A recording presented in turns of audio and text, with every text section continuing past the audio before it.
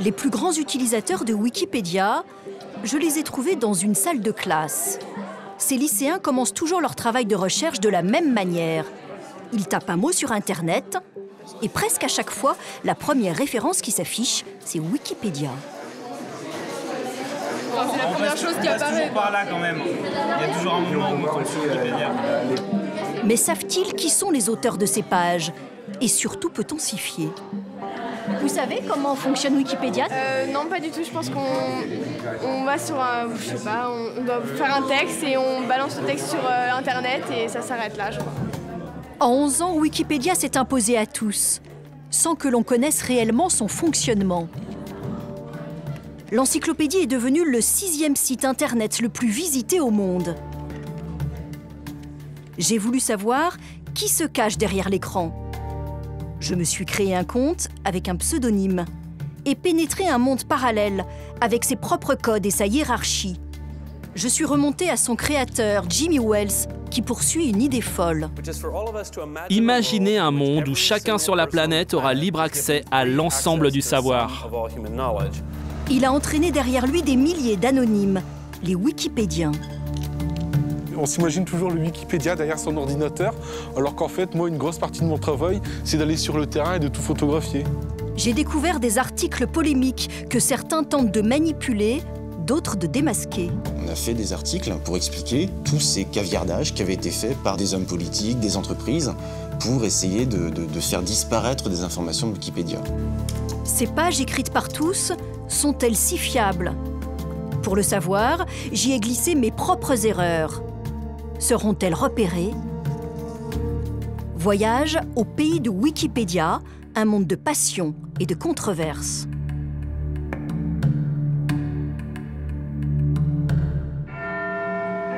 C'est à Londres que je débute mon périple. Tout le gratin de l'informatique mondiale s'est réuni dans ce grand hôtel pour une conférence. Des industriels, des experts, des développeurs sont venus écouter un homme, Jimmy Wales, le fondateur de Wikipédia. Ce qu'il a fait, c'est vraiment très important. Partager les connaissances, c'est vraiment l'esprit d'Internet. Il a inventé une énorme plateforme d'information disponible par tous et pour tous. C'est une sorte de héros. Jimmy Wales, c'est cet Américain de 46 ans. En 2001, il eut la folle idée de créer la première encyclopédie participative sur Internet. Aujourd'hui, il parcourt le monde pour animer des conférences. Il est devenu une star, à l'image des fondateurs de Google ou de Facebook. À une différence près, Wikipédia n'est pas une entreprise et Jimmy Wales n'en a jamais directement tiré profit. Sa conférence est dans 1 heure, je n'ai que quelques minutes pour lui demander s'il se voit comme une exception parmi les réussites du numérique. Les gens me demandent si je suis communiste ou anticapitaliste. Mais pas du tout. Je pense que c'est très bien que les gens gagnent plein d'argent. Mais on ne peut pas en faire avec tout. Pas avec un site internet culturel comme Wikipédia. Vous n'avez pas de regret de ne pas être milliardaire ? Non, ma vie est bien plus intéressante que la leur. Aujourd'hui, Jimmy Wales vit confortablement de ses conférences et lorsqu'il rencontre des journalistes, son emploi du temps est chronométré. Je suis heureuse de vous présenter Jimmy Wales, le fondateur de Wikipédia. Vous avez 30 minutes pour poser vos questions. Cette icône du net a commencé comme trader à Chicago. Il crée ensuite Bomis, un moteur de recherche qui propose entre autres des images érotiques. Bien loin de l'univers culturel de Wikipédia. Ironie de l'histoire, c'est Bomis qui financera les débuts de l'encyclopédie. Aujourd'hui, Jimmy Wales est attendu comme le messie pour raconter l'incroyable histoire de Wikipédia. Et maintenant, un beau cadeau pour vous. Quelqu'un qui a du talent, un orateur exceptionnel, le fondateur de Wikipédia, Jimmy Wales. À chaque conférence, Jimmy Wales fait son show à l'américaine.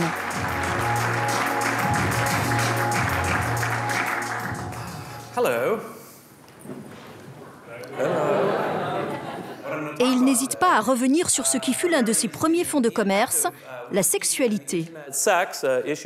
Tous les sujets liés à la sexualité apparaissent dès les premières requêtes, partout dans le monde, sauf en France et en Espagne. Quelqu'un m'a expliqué que les Français et les Espagnols devaient beaucoup pratiquer.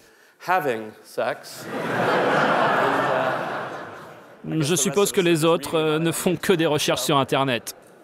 Mais derrière cet humour potache se cache un homme qui est devenu le symbole du savoir démocratisé, de l'Internet libre. Tout sur Wikipédia est placé sous licence libre de droit. Vous pouvez copier son contenu, le distribuer, vous pouvez faire tout ça librement, à des fins commerciales ou non. Et quand je lui demande s'il a atteint son but, Jimmy Wales voit très grand. On a encore un long chemin. Seuls 2 milliards de personnes sont connectées dans le monde, alors qu'il faudra en toucher 5 milliards. Le succès de Wikipédia n'est pas seulement celui de Jimmy Wales. C'est d'abord celui de milliers de bénévoles qui écrivent chaque jour cette encyclopédie. En France, ce sont plus d'1 million d'articles. Je découvre derrière ces pages des auteurs très prolixes.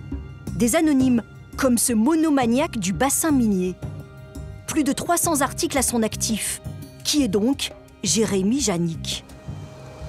Je m'attends à un éminent spécialiste et je rencontre un cycliste. On est à Wallers, dans le nord, dans les cités de la fosse Saint-Robert. On est vraiment ici au cœur d'une des plus grandes cités minières du bassin minier. À 24 ans, il sait tout de l'histoire du nord de la France. Ça, c'est une église des mines. Elle a été construite quand la fosse l'a été et reconstruite après la Première Guerre mondiale. Il connaît par cœur la fosse à Rambert, une ancienne mine classée au patrimoine mondial de l'UNESCO, mais il a toujours quelque chose à y découvrir. Et donc ici, c'est le puits numéro 2 de la fosse à Rambert. Il est resté assez connu étant donné que c'est là qu'ils ont tourné Germinal. En fait, c'est toi aujourd'hui l'encyclopédiste du bassin minier. Et j'ai pris objectif de faire une encyclopédie sur le bassin minier qui, d'ici quelques années, même si c'est déjà bien commencé, va répertorier chaque élément qui existe ou qui a existé et qui va tout illustrer avec le plus d'images possible. Il a déjà pris 22 000 photos. Son travail d'inventaire est devenu une passion dévorante. Il est à l'affût du moindre détail qui lui aurait échappé, comme ce simple boulon. Ça, par exemple, je ne l'ai pas encore photographié. Jérémy consacre bénévolement 3 à 5 heures par jour à Wikipédia. Il alterne période de chômage et petits boulots. Gagner sa vie n'est pas sa priorité. Il vit encore chez ses parents. C'est chez vous ici? Ouais, c'est la maison comme mon grand-père y avait, c'est une maison des mines. Pour écrire ses articles, Jérémy s'est constitué une bibliothèque sur le monde minier. Il y a tous mes livres qui sont là, d'autres qui sont rangés là. Une centaine d'ouvrages qu'il a acquis au fil des ans. Son travail de contributeur commence par le téléchargement de ses photos. Il complète ses articles en se basant toujours sur des informations fiables et précises, comme cette brochure universitaire sur la fosse à Rambert. Il doit y avoir des informations qui doivent être possibles d'ajouter dans Wikipédia. Par exemple, ici, tout ce qui concerne les décors. Donc, je vais marquer qu'il subsiste des décors des tournages. Il subsiste... Et c'est la règle sur Wikipédia, chaque contribution doit être sourcée.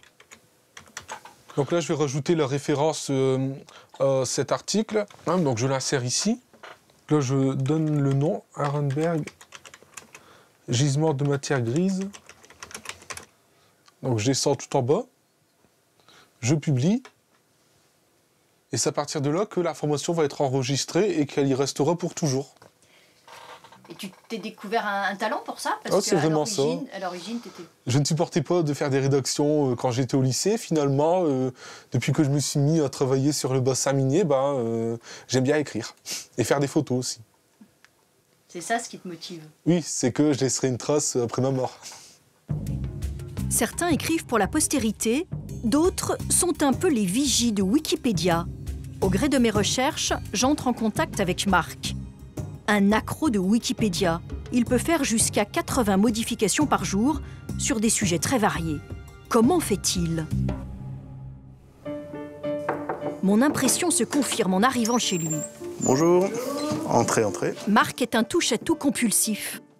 Premier détour par sa chambre et la bibliothèque qui alimente ses articles sur Wikipédia. Tenez, voilà, ça c'est un truc généraliste. La Troisième République, Jean-Pierre Azéma, Michel Vinocq. Alors là, c'est beaucoup plus spécialisé. Ça, c'est un livre en anglais, God's Chinese Son. Et ça parle de la révolte des Taiping. Vous connaissez le sujet?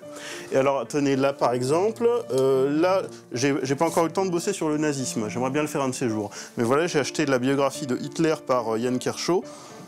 Che Guevara par John Lee Anderson, voilà, j'ai acheté sa grosse biographie. Vous êtes historien dans la vie? Non, non, je ne suis pas historien, j'essaye d'être un amateur éclairé, voilà. Depuis 5 ans, Wikipédia a envahi la vie de ce fonctionnaire, au grand désespoir de son épouse. Il passe énormément de temps dessus, au détriment des fois des tâches ménagères et de la vie familiale. Donc des fois... La vie familiale... Si. Bon. Ça ne laisse pas beaucoup de temps pour des vrais échanges avec des vrais êtres humains. Alors, quand je me dis que j'ai vraiment envie ou besoin de temps pour faire un truc, et là, on essaie de dealer, c'est ce qu'on a fait hier. Donc, je lui ai dit, est-ce que tu es d'accord pour que je passe du temps sur l'ordinateur ce soir ou demain soir? Elle me dit oui, elle me dit non, et puis... non, ça ne marche pas toujours. Je trouve que ça ressemble un peu aux passions des ados attardés. Merci, c'est gentil. Ils sont shootés à Wikipédia. Tous les soirs, lorsque Marc se connecte à Wikipédia, ça s'allume? Ok. Il commence par vérifier les dernières modifications faites sur les articles qu'il suit de près. C'est ce qu'on appelle patrouiller. Patrouiller, en gros, c'est regarder tous les articles plus ou moins sensibles ou voir une sélection d'articles qu'on fait soi-même en fonction de ses intérêts, de ses affinités ou je sais pas. Et puis d'aller voir s'il n'y a pas des gens qui sont allés mettre des conneries sur les pages. Voilà. Là. Sur cette encyclopédie ouverte à tous, il y a encore un mec qui met des conneries. Chacun peut corriger les pages des autres. C'est le mec, il m'énerve. C'est un type qui met régulièrement des conneries sur les articles communisme, qui va les mettre à sa sauce, mais bon, comme il n'a pas les paramètres intellectuels... Après le communisme, il passe maintenant à un tout autre univers, le showbiz. Il y a eu des modifications bizarres sur l'article Laurent Deutsch. Je ne m'intéresse pas particulièrement à Laurent Deutsch. Mais le comédien, voilà. Qu'est-ce qu'ils ont rajouté? Non. Non, là, c'est complètement anodin. Il a juste rajouté des liens. Au cours de ses surveillances, il a découvert une modification beaucoup moins anodine sur une page sensible de l'encyclopédie. Il n'y a pas longtemps, j'ai pu constater qu'il y avait un site pédophile qui était utilisé qui avait des liens vers un site pédophile qui était utilisé comme source dans un certain nombre d'articles. Sur la page pédophilie de Wikipédia, un lien renvoyait vers un site internet, l'IPCE, qui signifie International Pédophile et Émancipation de l'enfant. IPCE est un forum de personnes qui s'engagent dans la discussion concernant l'émancipation de relations mutuelles entre enfants et adultes. On ne peut pas se permettre d'avoir des liens vers un site pédophile dans un site aussi fréquenté que Wikipédia, qui est un site où beaucoup de gens vont, où beaucoup de jeunes vont. Et donc on ne peut pas se permettre de mettre des liens vers un site pédophile comme si c'était une source lambda et une source fiable. Voilà. Depuis, ce lien vers le site pédophile a été supprimé. Pour éviter de tels dérapages, Wikipédia a mis en place des garde-fous. Ce sont les administrateurs. Bienvenue. Comme Pierre-Carl Langlais. Ils se sont rencontrés sur Wikipédia. Depuis, Pierre-Carl est monté dans la hiérarchie de l'encyclopédie. Il est devenu l'un de ses gendarmes. Il a le pouvoir de bloquer des pages lorsqu'elles font l'objet de polémiques, comme celle de Manuel Valls, le ministre de l'Intérieur. Bon, c'est une des pages qui est souvent soumise à controverse, notamment du fait tout simplement parce que Manuel Valls c'est un personnage politique. Donc résultat, souvent il y a des gens qui viennent contribuer sur la page Manuel Valls simplement pour faire état de leur opinion, pour essayer d'influer l'article, etc. Pendant 4 jours, plus personne n'a eu le droit d'écrire sur l'article. En cause, un contributeur. Il a voulu ajouter à plusieurs reprises une déclaration de Manuel Valls, jugée inopportune.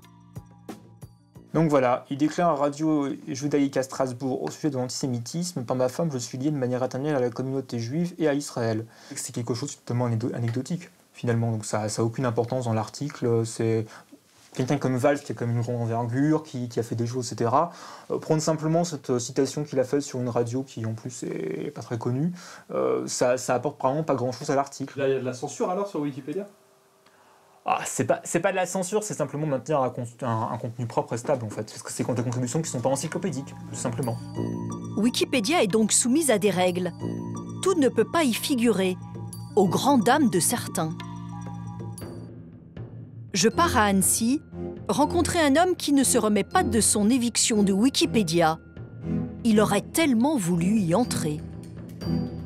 François Asselineau est à la tête d'un parti encore confidentiel, l'UPR, qui tient aujourd'hui son université d'été. Aux dernières élections présidentielles, il a souhaité se présenter, mais n'a pas pu réunir les 500 signatures. En 2007, il crée sa page et celle de son parti sur Wikipédia. Elles seront supprimées, un camouflet que l'homme politique n'a toujours pas digéré. On a appris un jour que les 2 pages que nous avions créées, que j'avais créées, celle de François Asselineau et celle sur l'Union populaire et républicaine, faisaient l'objet d'un procès. C'était le terme utilisé, d'un procès en non-représentativité. Voilà. Sa page a été soumise au vote des Wikipédiens et ils n'ont pas jugé François Asselineau assez connu. Je n'ai pas eu ma page Wikipédia, alors que d'autres ont leur page Wikipédia. Par exemple, je vais vous dire quelque chose. Cindy Lee. Cindy Lee, vous vous rappelez peut-être, c'était cette femme qui arpentait les marchés la poitrine à l'air en montrant ses seins et qui avait créé un parti qui s'appelle le Parti du plaisir. Bon, ça fait partie de ces bouffonneries qu'il y a avant chaque élection présidentielle. Alors elle a eu droit effectivement à une couverture de quelques journaux télévisés, mais elle a sa page Wikipédia. Sans couverture médiatique, peu de chances de figurer dans Wikipédia. Pour ces militants, l'exclusion ne se justifie pas. Avoir l'accès pour il y a 2 choses, exactement. C'est injuste parce qu'il y a vraiment suffisamment de points de presse. Parce que vous le rappeliez, je suis quand même passé sur Sud Radio, ce qui est quand même pas rien. J'ai eu une émission sur BFM Télé avec Nicolas Dose pendant pratiquement 3/4 d'heure, 1 heure. Je suis passé sur iTélévision, donc. Mais c'est vrai que ce n'est pas TF1, ça n'est pas France 2, ça n'est pas France Inter, ça n'est pas. Ça veut dire que si on est écarté de la presse nationale, on n'existe pas sur Wikipédia. Pour ceux qui ont leur biographie, je découvre qu'ils peuvent être tentés de l'embellir. C'est ce qu'a révélé OVNI, un journal en ligne qui traque les scandales sur le net. Il y a 4 ans, un de ces journalistes a démasqué des contributeurs. Car sur Wikipédia, tout est tracé. Exemple avec l'article de Patrick Balkany, le maire de Levallois-Perret. On va sur sa page Wikipédia. Là, on peut chercher la liste des auteurs. Et on voit que dans les auteurs, un des plus gros contributeurs, c'est l'adresse IP 212.180.26.106. Donc on ne sait pas qui c'est. Je clique sur Whois. Whois, ça permet de savoir à qui appartient une adresse IP. Et là, je m'aperçois que l'adresse IP, c'est Levallois-Perret. Donc là, c'est intéressant. Qu'est-ce que la ville de Levallois-Perret a modifié sur la fiche Wikipédia de Patrick Balkany? Le journaliste découvre alors que la biographie de Patrick Balkany a été édulcorée. Quelqu'un, à la mairie de Levallois-Perret, censure tout un passage sur le rapport de la Chambre régionale des comptes qui stigmatise les dérapages du comité des fêtes sous Balkany, les notes de frais, des achats de cigares, 16 311 francs de cigares, 6 allers-retours Paris-Saint-Tropez. Donc voilà, il y a toute une ribambelle comme ça de modifications. Des fois, c'est pour améliorer l'image de Patrick Balkany. D'autres fois, c'est pour effectivement censurer des faits qui pourtant sont sortis dans la presse et donc sont avérés. Des manipulations de tous bords, de droite comme de gauche. Quelqu'un au Conseil général de l'Hérault qui est arrivé sur la page de Georges Frêche et qui a censuré le fait qu'il avait qualifié Jean-Paul II d'abruti. Les politiques ne sont pas les seuls. Les entreprises sont elles aussi tentées de se présenter sous leur meilleur jour. C'était un exemple sur Aéroport de Paris. Il y avait tout un chapitre consacré à Aéroport de Paris et les nuisances aériennes. Il y a quelqu'un d'Aéroport de Paris qui est arrivé et qui a retitré ce passage-là Aéroport de Paris et l'environnement. Donc on est passé des nuisances aériennes à l'environnement, c'est beaucoup plus soft. Depuis ces cas médiatisés, entreprises et élus se montrent plus discrets. Certains font appel à des agences de réputation sur Internet qui s'engagent à nettoyer les pages de leurs clients. Avant de m'ouvrir leurs portes, j'ai dû signer un contrat de confidentialité. Cette agence ne veut surtout pas que je révèle l'identité de son client, un homme politique étranger, mécontent de sa page Wikipédia. Qu'est-ce qui est si confidentiel? C'est parce que Nous, on ne pose pas plus de questions. Une affaire qui sortirait sur un politique qui cherche à modifier ou faire modifier ça. Même si c'est pour rétablir la vérité vraie, chercher à modifier sa page Wikipédia, ça peut être très mal interprété. Changer soi-même sa page est suspect aux yeux des Wikipédiens. L'agence va devoir donc faire preuve d'habileté, d'autant que le dossier de leur client est sensible. Il est mis en cause pour diffamation et conflit d'intérêts. Ils vont d'abord s'intéresser aux sources de ces accusations. Si on regarde point par point sur la page, est-ce que les sources sont de mauvaise qualité ou est-ce que derrière on a des faits qui ne sont pas avérés et qui sont vraiment des rumeurs? Est-ce que tu as remarqué des choses dans la page? Alors il y a beaucoup de choses qui sont issues de sources, notamment de blogs personnels, voire de réseaux sociaux. Donc on a clairement des sources qui sont de mauvaise qualité. Grégory Couratier va se faire passer pour un contributeur anonyme. Puis il conteste point par point toutes les critiques contre son client en remettant en cause les sources utilisées. Selon Wikipédia, les blogs sites personnels ne sont pas considérés comme des sources fiables et on va indiquer aux personnes qui ont posté cette information qu'ils doivent justifier correctement cette information. En une après-midi, toutes les accusations ont été enlevées. Coût de la prestation, 240 €. On est loin de l'esprit bénévole de Wikipédia. L'agence a réussi à changer la page de son client à son avantage. Vais-je réussir à mon tour à tromper la surveillance des Wikipédiens? Mon idée, modifier 4 articles, certains très consultés, d'autres plus confidentiels. J'ai ajouté un livre à la bibliographie de l'écrivain Frédéric Dard. Inventer des jobs d'été au président des États-Unis, Barack Obama. Paris a été agrandi de 50 km².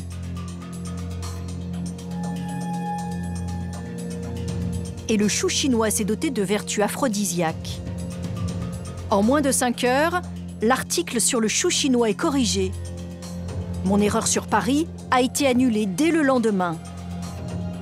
Quant aux erreurs sur Barack Obama et la bibliographie de Frédéric Dard, elles figurent toujours dans l'encyclopédie plusieurs semaines plus tard. Wikipédia n'est donc pas à l'abri de manipulations. Elle n'est pas non plus à l'abri de rumeurs. Mise entre de mauvaises mains, cette encyclopédie peut devenir une arme pour régler ses comptes. La fille de cœur de Jacques Chirac, Anne Daoud-Traxel, en a été la victime. Elle découvre un jour qu'elle a été diffamée sur sa page Wikipédia par un auteur anonyme. Le corbeau m'a accusé d'avoir abandonné mes 3 enfants à la charge de mon mari. Qu'est-ce que vous êtes dit sur Wikipédia à ce moment-là? J'ai dit c'est un bel outil, mais malheureusement, par un simple clic, ça peut être fatal. Anne Daoud-Traxel n'a jamais abandonné ses enfants. À son divorce, elle a laissé leur garde à son ex-mari d'un commun accord. Elle porte plainte contre X et prend un avocat. Quelques jours plus tard, l'auteur de la phrase calomnieuse la retire de lui-même. Il s'avère qu'il est un ami de la famille d'Anne Dao. L'an dernier, la justice l'a condamné pour diffamation. Une affaire médiatique, même si des cas comme celui-ci sont plutôt rares. On a gagné notre partie civile et le corbeau est renoncé. Et en plus, elle a condamné 2 mois avec ceci. Quant à l'encyclopédie Wikipédia, elle n'a pas été entendue par la justice. La différence avec la presse, c'est que lorsqu'un article de presse est diffamatoire, non seulement la personne qui a écrit l'article pourra être poursuivie, mais le directeur de publication du journal en question sera également poursuivi. On estime qu'à partir du moment où on accepte de publier un élément diffamatoire, on doit rendre des comptes à la justice. Wikipédia, c'est totalement différent. Wikipédia est totalement irresponsable de ce que les gens pourront écrire sur leur page, donc ça pose un problème. En France, Wikipédia est difficilement attaquable. C'est une communauté de contributeurs sans dirigeants. Et pourtant, il existe bien à Paris une association Wikimedia que je découvre au fond d'une impasse. Il n'y a pas de sonnette à son nom. Bonjour, bienvenue à Wikimedia France. 5 salariés y travaillent, mais ne sont pas responsables juridiquement de Wikipédia. Leur mission consiste essentiellement à faire connaître l'encyclopédie. En ce moment, ils préparent la campagne d'appel aux dons lancé en novembre. Mais Wikipédia est toujours là quand vous en avez besoin. Aujourd'hui, Wikipédia a besoin de vous. Soutenez-nous. Wikipédia, c'est hébergé sur des serveurs. Ces serveurs coûtent de l'argent. Et surtout, il faut rendre ces serveurs accessibles. 20 millions de visiteurs uniques chaque mois en France, plus de 470 millions dans le monde. Pour mettre en place cette infrastructure, ça coûte de l'argent. L'an dernier, ils ont récolté plus d'1 million d'euros, des petites sommes versées par des particuliers. Là aussi, ce sont les internautes qui sont mis à contribution. Ils croient au projet utopique qu'est Wikipédia et de son fonctionnement, que ça soit soutenu ni par la pub, ni par un mécénat quelconque, et que ça soit indépendant. L'argent de ces dons sert aussi à attirer de nouveaux contributeurs, y compris parmi les enseignants d'université qui ont longtemps méprisé cette encyclopédie collaborative. Mais leur regard est en train de changer. Ce professeur de physique de la faculté de Jussieu à Paris vient d'être formé par l'association Wikimedia. Bonjour, bonjour Wikipédia. Il s'apprête à son tour à initier ses étudiants à l'encyclopédie. Quand je vois mes étudiants et même ma pratique, Wikipédia aujourd'hui est devenu incontournable. Donc pour moi, il faut apprendre à travailler avec, à savoir comment utiliser Wikipédia. Et puis, puisque c'est quelque chose d'ouvert, ce qui est assez fantastique, et si on peut l'améliorer, le faire. Ce travail sera validé dans le cursus universitaire des étudiants. Et les sujets traités sont plutôt très pointus. Donc là, les hémisphères de Magdebourg. Otto von Guericke avait fait le vide dans une sphère. Il y avait 2 hémisphères qui étaient collés juste par la pression de l'air. Et il avait mis 2 attelages de 15 chevaux de chaque côté qui tiraient sur les hémisphères. Et la pression de l'atmosphère sur la sphère était tellement importante que les chevaux n'ont pas réussi à séparer les 2 hémisphères. Donc ça, c'est typiquement quelque chose qu'un étudiant en physique peut ajouter, c'est calculer cette force et le résultant de la pression. Une petite contribution et les élèves se prennent vite au jeu. De même rayon que la sphère. Ouais, je pense que ça peut vite être devenir une passion, quoi. Enfin, tout du moins, on peut avoir envie d'en faire plus, ouais. On fait partie des personnes qui font passer un message, et à grande échelle, quoi. Les scientifiques sont de plus en plus nombreux à s'enthousiasmer pour cette encyclopédie. Les professeurs de sciences humaines sont plus réticents. J'ai soumis plusieurs articles de Wikipédia à un chercheur en histoire contemporaine, Jean-François Sirinelli. Ce professeur à Sciences Po a d'ailleurs une page à son nom. Spécialiste de mai 68, il pose un regard critique sur l'encyclopédie. Selon lui, il lui manque l'essentiel, la réflexion. Quelqu'un qui ne connaîtrait pas ce qu'a été mai 68 trouvera des informations factuelles qui sont de bonne qualité. Donc ça n'est pas une dérive, encore moins un naufrage, que de partir de ce texte-là pour s'enquérir de ce qu'a été mai 68, sauf que mai 68 n'a pas été simplement une série de journées, n'a pas été simplement une série d'affrontements, mai 68 a été un ébranlement. Et ça, je ne le trouve pas forcément. Ces articles sont pourtant devenus la référence des lycéens. Je retourne au lycée Chaptal. Ce professeur de lettres a voulu alerter ses élèves sur les limites de l'encyclopédie. Il y a 2 ans, il glisse une erreur dans la page Wikipédia d'un poète. 2/3 des élèves la reprendront dans leurs devoirs. Depuis, Loïs Bono invite les lycéens à d'abord penser par eux-mêmes, mais l'idée est difficile à faire passer. Honnêtement, les élèves, ils n'ont pas forcément confiance en eux, ils ne vont pas chercher à essayer d'écrire leurs pensées. Enfin, s'ils voient quelque chose d'écrit, ils se disent bon, c'est bon, ils vont l'écrire. Un constat qui désespère ce professeur. Je fais partie des gens qui pensent que la pensée, c'est quelque chose de personnel. Voilà, je fais partie un peu des résistants. Je suis très inquiet, justement, de penser que aujourd'hui, la pensée, c'est forcément emprunter un peu ici, un peu là, et puis finalement, il n'y a plus vraiment de pensée, au fond. C'est ça qui m'ennuie, c'est qu'il n'y a plus de personne, au fond. Toc-toc, il y a quelqu'un? Non, il n'y a plus personne. Pourtant, la révolution Wikipédia est en marche. Elle pourrait bien modifier la façon de penser des futures générations.